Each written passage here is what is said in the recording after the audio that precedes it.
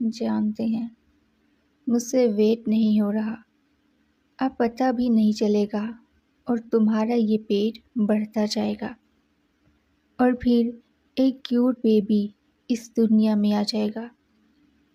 لیکن وہ ٹوئنز تم سے بچہ لے لیں گے نا؟ کیا تم نے ان سے بات کی کہ وہ فیوچر میں بیبی سے تمہیں ملنے دیں گے یا نہیں؟ بے شک بیبی کو نہیں بتائیں گے کہ تم اس کی موم ہو، بس ملنے دیا کریں کبھی کبھار۔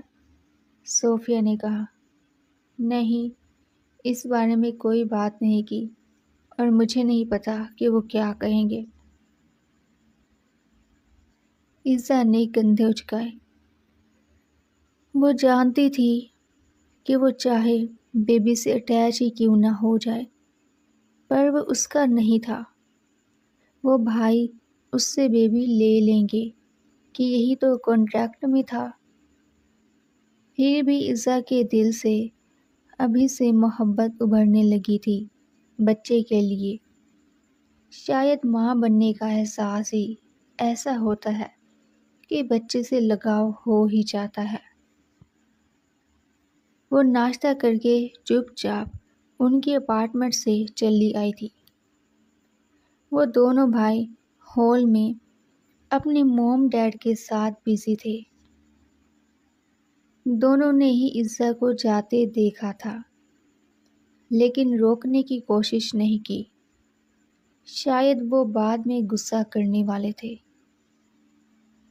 عزا کو سوچ کے ہی خوف محسوس ہوا۔ ایک تو اس کے ذہن میں اس کی موم کی بات بار بار گونج رہی تھی۔ آخر کس لڑکی کی جگہ عزا کو دی تھی ان بھائیوں نے؟ وہ نہ چاہتے ہوئے بھی جیلس فیل کر رہی تھی۔ وہ سد سے پیار کرنے لگی تھی اور یہ پیار اب اس کے چہرے سے واضح ہونے لگا تھا، اور اسے ڈر تھا کہ کہیں سد کو پتہ نہ چل جائے، ورنہ نہ جانے وہ کیا کہے گا۔ وہ اپنے خیالوں میں گم تھی کہ صوفیہ نے اسے بازو سے جھنجھوڑتے ہوش دلایا۔ کیا ہوا؟ تم نے عابد کی پوسٹ دیکھی؟ کیا پوسٹ کیا ہے اس نے؟ صوفیہ نے پریشانی سے کہا۔ کیا؟ میں نے نہیں چیک کیا فون، عزا ناسمجھی سے بولی۔ اس نے پوسٹ کی ہے کہ کلاس کے CR جاسم نے کسی لڑکی کے ساتھ زبردستی کرنے کی کوشش کی تھی، تبھی اسے کالج سے نکال دیا گیا، اور اب وہ پتہ لگائے گا کہ وہ لڑکی کون تھی، تاکہ وہ سب کے سامنے جاسم کی حقیقت بتائے اور کالج کو بھی فائن کروائے۔ صوفیہ نے اس کی پوسٹ پڑھتے عزا کو دکھائی۔ کیا؟ یہ سب کیا لکھ رہا ہے وہ؟ یہ سب کچھ ٹھیک نہیں ہے۔ اسے اندازہ نہیں ہے کہ اسے کہ یہ سب لکھنے سے اسے کتنا نقصان ہو سکتا ہے۔ اگر ان بھائیوں کو معلوم ہوا تو وہ عابد کی جان لے لیں گے۔ مجھے کسی بھی طرح عابد کو جا کے سمجھانا ہوگا تاکہ وہ یہ سب نہ کرے۔ عزا نے فکر مندی سے کہا۔ ہاں، ان دونوں بھائیوں نے تو یہ معاملہ دبا دیا تھا نا، تو پھر عابد کو اس بارے میں پتہ کیسے چلا؟ صوفیہ نے سوال کیا۔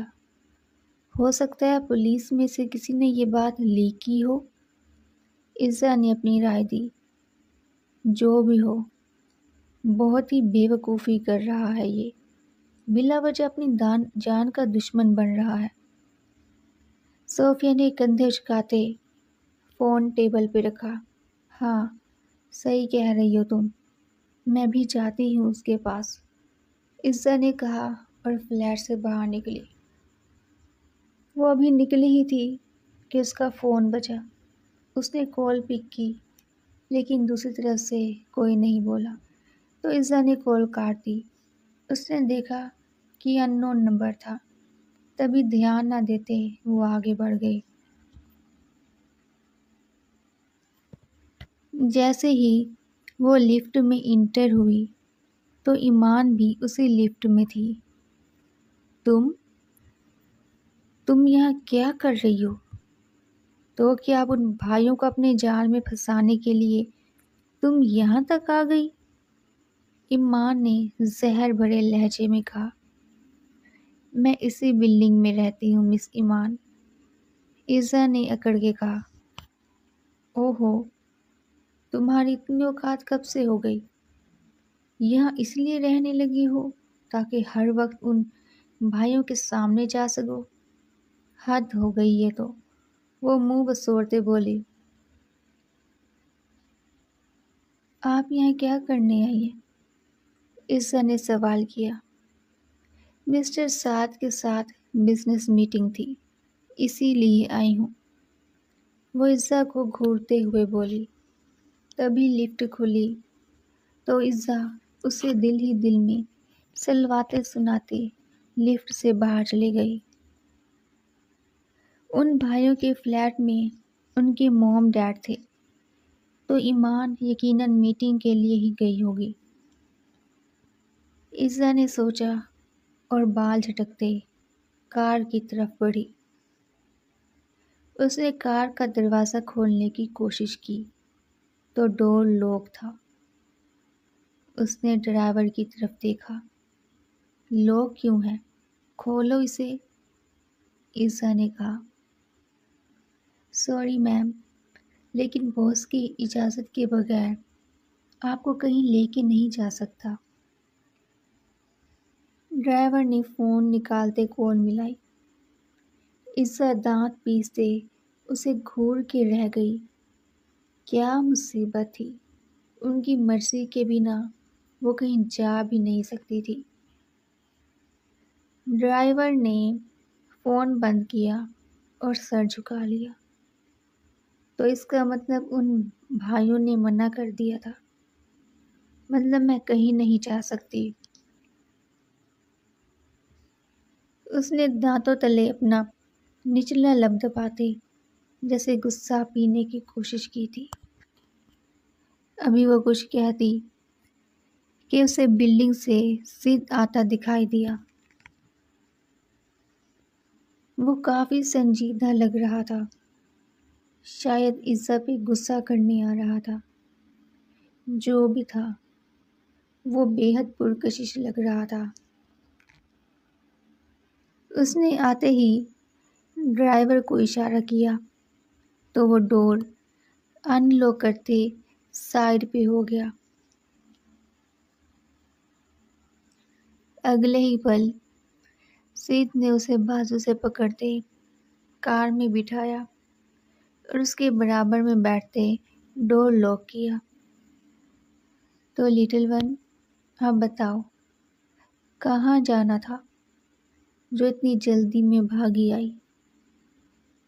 سید نے اس کی تھوڑی پکڑتے سپاٹ لہجے میں کہا۔ وہ مجھے دوست کے گھر جانا تھا، وہ نسیں جھکائے بولی۔ یقیناً اس دوست کا نام عابد ہوگا، سید نے ہولے سے مسکراتے کہا۔ اس کی مسکراہٹ عزا کے دل میں چھیڑ خانی کر رہی تھی۔ ہاں، لیکن آپ کو کیسے پتا؟ وہ حیرانگی سے بولی۔ لٹل ون، تم واقعی کافی معصوم ہو۔ شاید تم بھول جاتی ہو کہ ہم کون ہیں، اور کچھ بھی پتہ لگانا ہمارے لیے مشکل نہیں ہے۔ وہ عزا کے گال پہ نرمی سے لب رگڑتے سرگوشی نما لہجے میں بول رہا تھا۔ عزا کا جسم تپنے لگا، اس نے تیزی سے سانس لی۔ تمہارا اس طرح اکیلے جانا بالکل سیف نہیں ہنی۔ جاذب نے ہی عابد کو اس بارے میں بتایا ہوگا، کیونکہ اس کے علاوہ اور کوئی نہیں جو یہ سب جانتا ہو۔ تم بتاؤ کہ تم نے کچھ غیر معمولی محسوس کیا ان دنوں میں؟ سید اس کی گردن میں منہ دیے لبوں کو ہلاتے دھیمی آواز میں بول رہا تھا۔ ایک تو اس کا نرم لمس اور پھر اس کی میٹھی محبت بھری آواز عیسیٰ کو اس میں سمٹنے پر مجبور کر رہی تھی، اور وہ اس کے سینے سے لگتی اس میں چھپ سی گئی۔ کسی نمبر سے کالز آئی تھی لیکن میں نے نوٹ نہیں کیا تھا۔ کوئی بھی نہیں بولا۔ عیسیٰ نے اس کے سینے پہ انگلیوں سے دائرے بناتے دھیمی آواز میں کہا۔ اسے لگ رہا تھا جیسے وہ اس کی کل کائنات تھا۔ جس طرح اس نے اسے باہوں میں سمیٹ رکھا تھا، وہ خود کو سیف فیل کر رہی تھی۔ کب سے؟ سید نے سوال کیا، البتہ اسے اپنے گرم لمس سے بھگونا نہیں روکا۔ جب سے فرانس سے واپس آئے تھے، وہ کسمساتے مزید سید کے قریب ہوئی۔ فکر نہیں کرو، کچھ نہیں ہوگا، اس سارے معاملے کو ہم سنبھال لیں گے، تمہاری حفاظت ہماری ذمہ داری ہے۔ سید نے اس کے کان میں سرگوشی کرتے اس کی کمر کو سہلاتے کہا۔ اس کے مضبوط ہاتھ کو اپنی کمر پہ رینگتا محسوس کر کے اسے اپنی ریڑھ کی ہڈی میں سنسناہٹ ہوتی محسوس ہوئی۔ ہر بار اس کے چھونے پہ اسے پہلی بار جیسا احساس ہوتا تھا جو اس کے تن بدن میں سرسراہٹ دوڑا دیتا۔ اسے اپنے گال گرم ہوتے محسوس ہوئے۔ وہ اس کے سینے سے سر اٹھاتے سید کی طرف دیکھنے لگی۔ سید نے اسے خود کو تکتا پایا تو ہولے سے مسکرا دیا اور ایک ہاتھ سے اس کے پیٹ سے اس کی شرٹ کو ہٹاتے اس کے پیٹ کو سہلانے لگا۔ عیسیٰ کے دل کی دھڑکنیں بے اختیار ہوئی۔ اس نے سختی سے اپنی آنکھیں میچی۔ اسے محسوس ہوا جیسے وہ ایک کپل ہو۔ سید خوش تھا اس بیبی کو لے کے۔ جب کچھ دیر تک سید کا ہاتھ اسے اپنے پیٹ پہ ہی رینگتا محسوس ہوتا رہا تو عیسیٰ نے آنکھیں کھولی۔ وہ کس طرح نرمی سے سہلا رہا تھا، جیسے بیبی کو پیار کر رہا تھا۔ عیسیٰ نے دل ہی دل میں شکر ادا کیا کہ سید نے اس پہ غصہ نہیں کیا تھا، بلکہ اسے مزید پیار سے پیش آیا۔ شاید وہ بھی عیسیٰ سے محبت کرنے لگا تھا۔ وہ خوشی سے پھولے نہ سماتے زور سے سید کے گلے لگ گئی۔ شاید کوئی اور موقع ہوتا تو یقیناً سید اسے ایسا نہیں کرنے دیتا، پر اب بات کچھ الگ تھی۔ تبھی اس نے ہولے سے مسکراتے اسے مزید خود میں بھینچ لیا۔